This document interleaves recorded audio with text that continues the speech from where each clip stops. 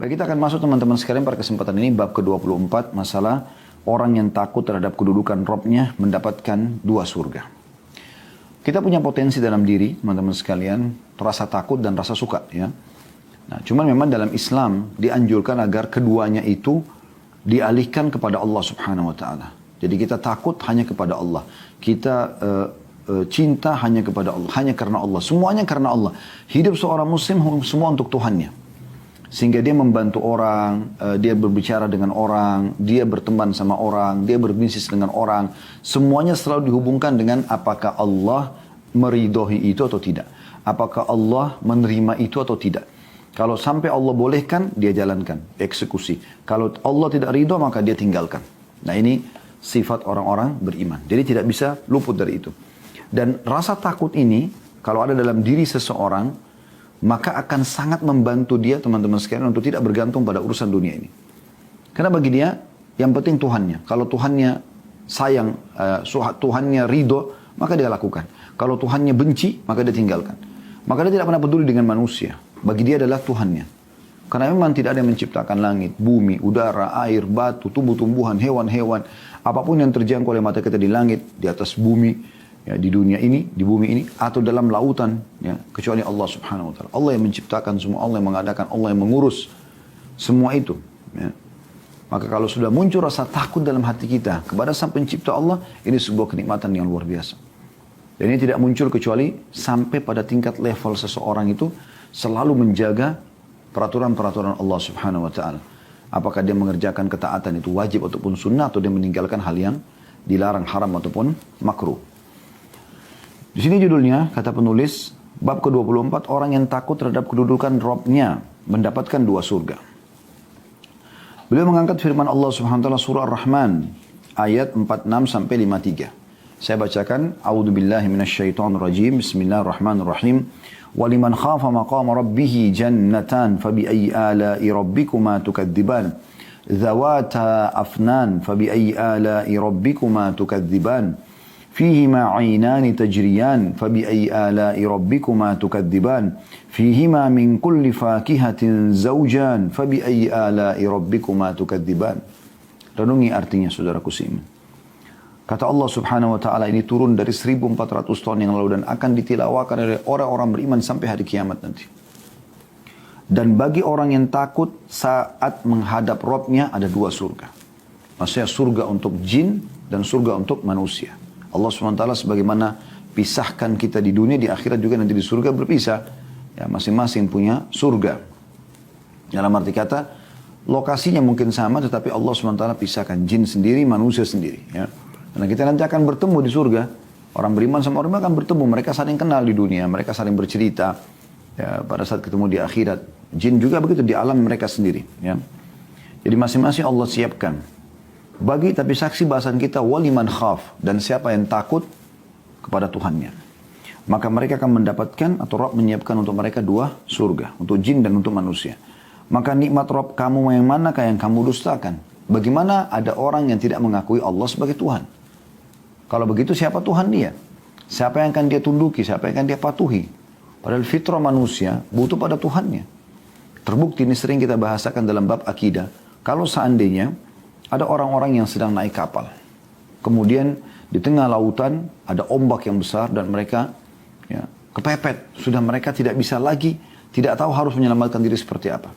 Di saat itu, di saat genting, kita akan lihat fitrah manusia akan kembali kepada Tuhannya. Subhanallah, ini penyebab daripada masuk Islamnya sahabat yang mulia Ikrimah bin Abi Jahal radhiyallahu anhu. Bapaknya Abu Jahal, Fir'aunnya umat ini, meninggal di perang Badar dalam keadaan kufur. Tapi Ikrimah, pada saat dia mau masuk Islam di pembebasan kota Mekah, waktu Nabi Muhammad SAW menyerbu Mekah dan akhirnya menaklukkannya, Ikrimah melarikan diri dari Mekah karena dia tidak mau masuk Islam.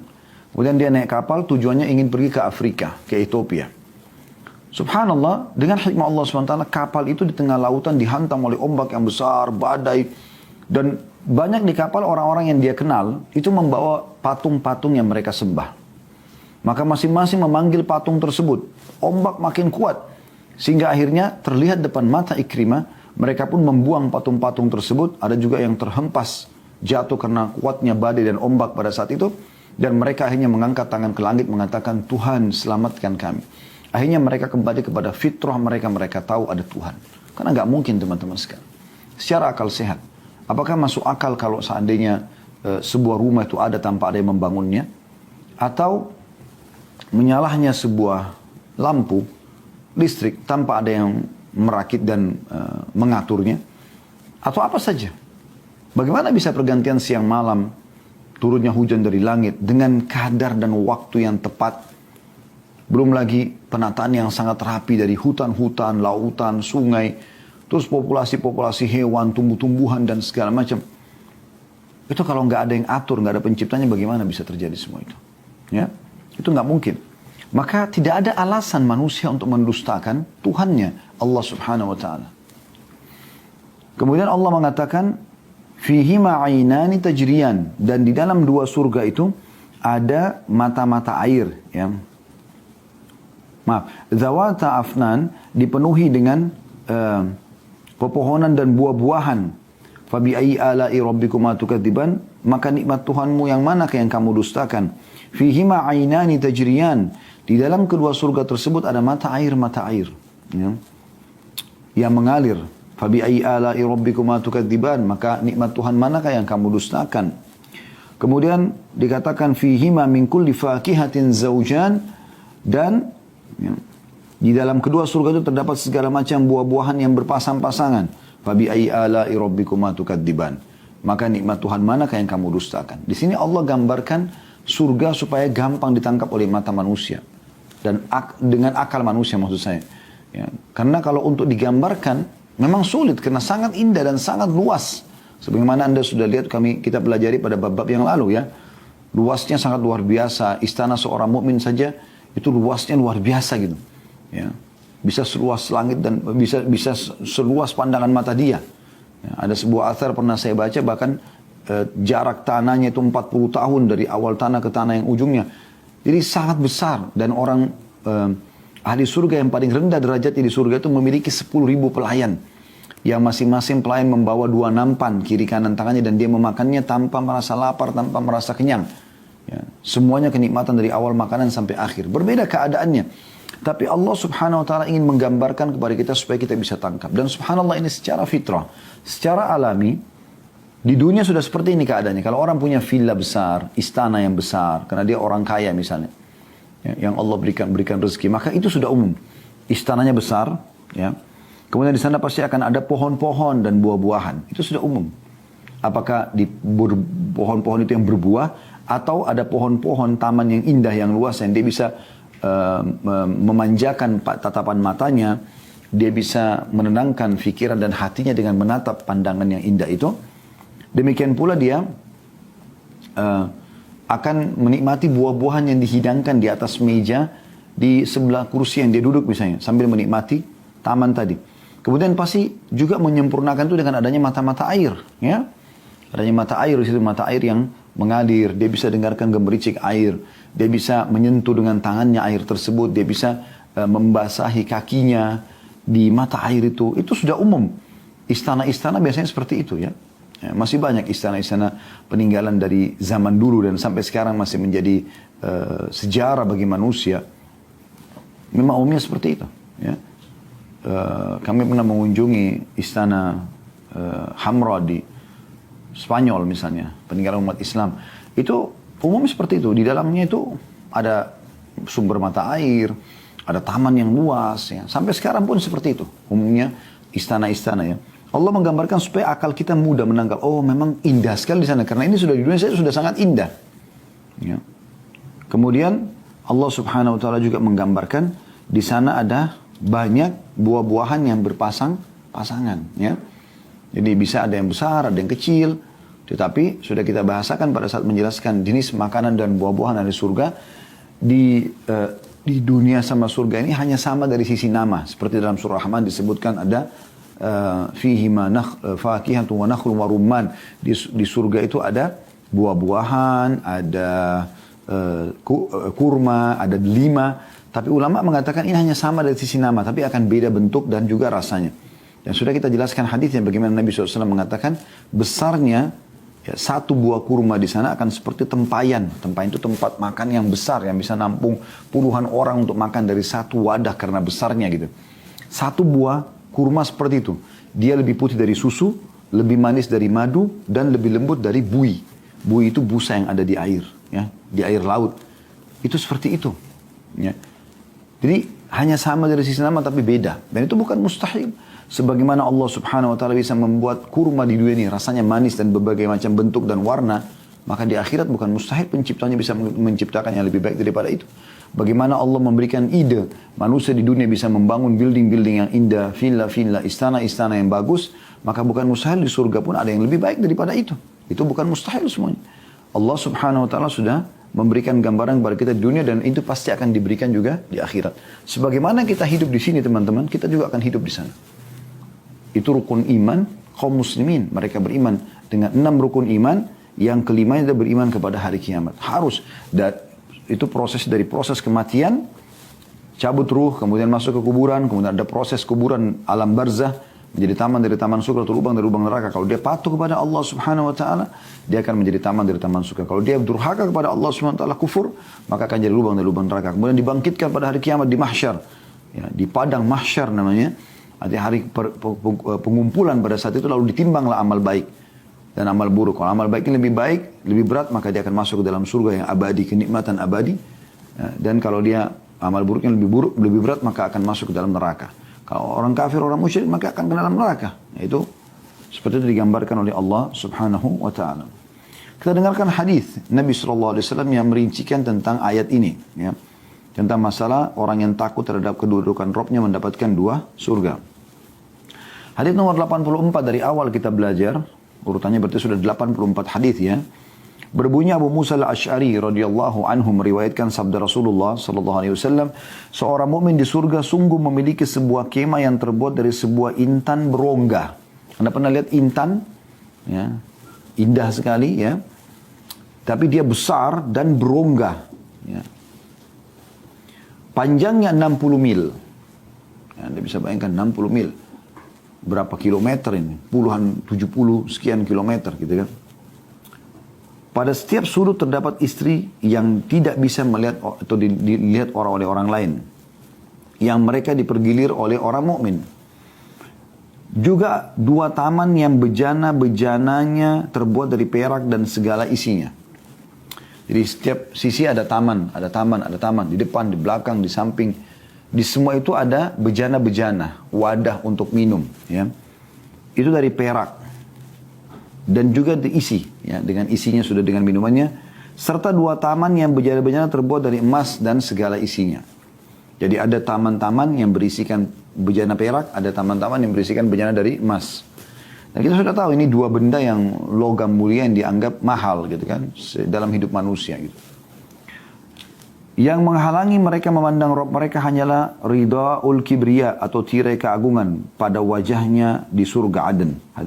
Maksudnya tidak bisa mereka melihat Tuhannya kecuali tadi sudah kita jelaskan di bab sebelum bab 23 kita akan lihat nanti. Allah SWT akan perlihatkan tapi setelah sekian lama ya ahli surga masuk ke dalam surga karena menunggu dulu semua yang masuk ke neraka dulu dibersihkan dosanya lalu kemudian mereka masuk ke dalam surga.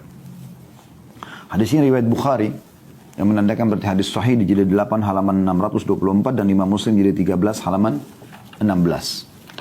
Baik, kita akan masuk teman-teman bab lanjutannya bab ke-25 tentang postur tinggi postur seorang mukmin di surga. Apakah fisik kita akan seperti ini? Tinggi 170, 175, 180, 185, 190, 195, 2 meter kan? Tidak, saudaraku. Jadi kalau ada orang lahir di muka bumi ini, pendek pun, 150, 170, 160 misalnya, dianggap dirinya pendek dibandingkan dengan manusia umumnya, maka itu hanya di dunia saja. Jasad ini hanya Allah pinjamkan kita selama di dunia, untuk mengabdi kepadanya. Dan ini sangat kecil posturnya. Ya. Nanti di akhirat, pada saat kita sudah meninggal, jasad kita akan dimakan oleh tanah, hancur. Kita akan dibangkit, diberikan jasad yang baru. Dan jasad yang baru ini berbeda. Maka oleh karena itu saya pernah jelaskan dari awal bahasan kita.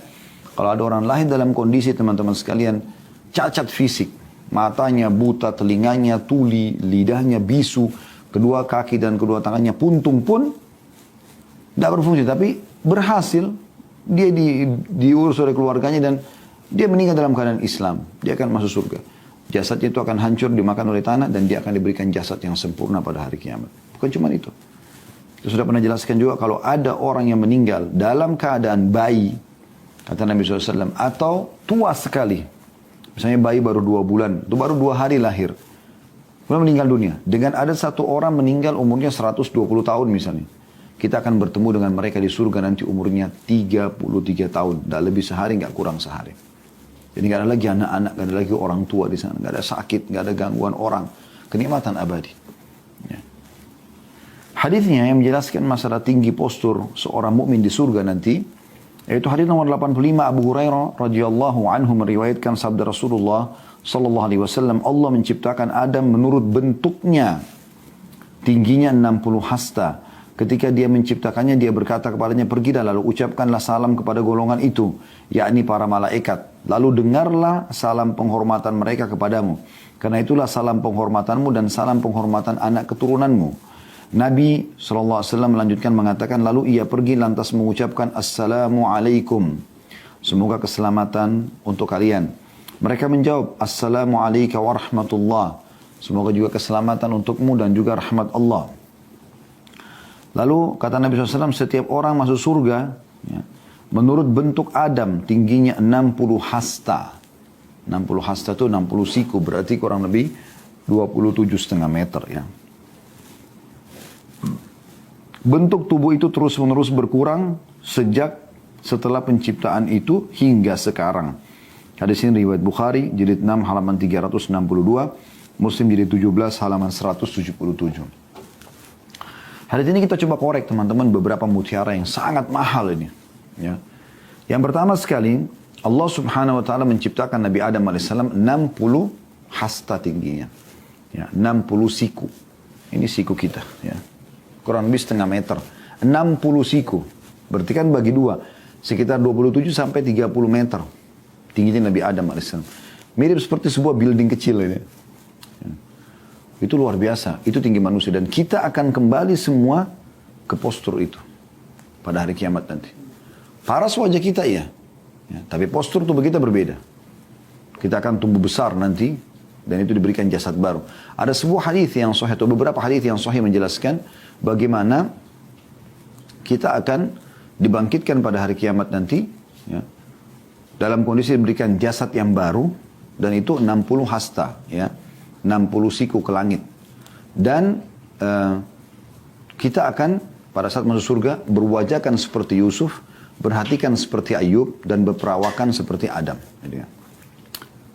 Kemudian pelajaran yang lain yang bisa kita ambil di sini adalah bahwasanya saya langsung ambil di akhir hadis dulu karena sejalan dengan bagian pertama, ya.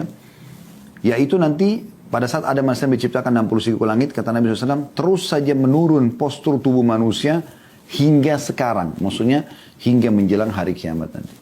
Sekarang kalau ada orang tingginya 2 meter, kita sudah anggap tinggi sekali. Bayangkan kalau mau dibandingkan dengan Nabi Adam AS, hampir 30 meter dulu. Artinya manusia tertinggi di waktu kita sekarang ini, itu hanya 10% daripada tinggi Nabi Adam AS. Ya, kalaupun dia sampai tinggi 3 meter misalnya, maka Nabi Adam 30 meter, cuma 10%-nya saja. Dan kita semua akan kembali ya, di waktu atau kembali ke postur itu. Dan manusia akan terus memendek. Ini menandakan nanti sampai menjelang hari kiamat manusia makin lebih pendek dan seterusnya. Ya. Pelajaran yang kedua adalah bagaimana Allah subhanahu wa ta'ala mengajarkan kepada Adam AS tata cara mengucapkan salam Nabi Adam AS dan anak keturunannya. Yaitu Assalamualaikum warahmatullahi wabarakatuh. Dan ini ajaran dari dalam Islam.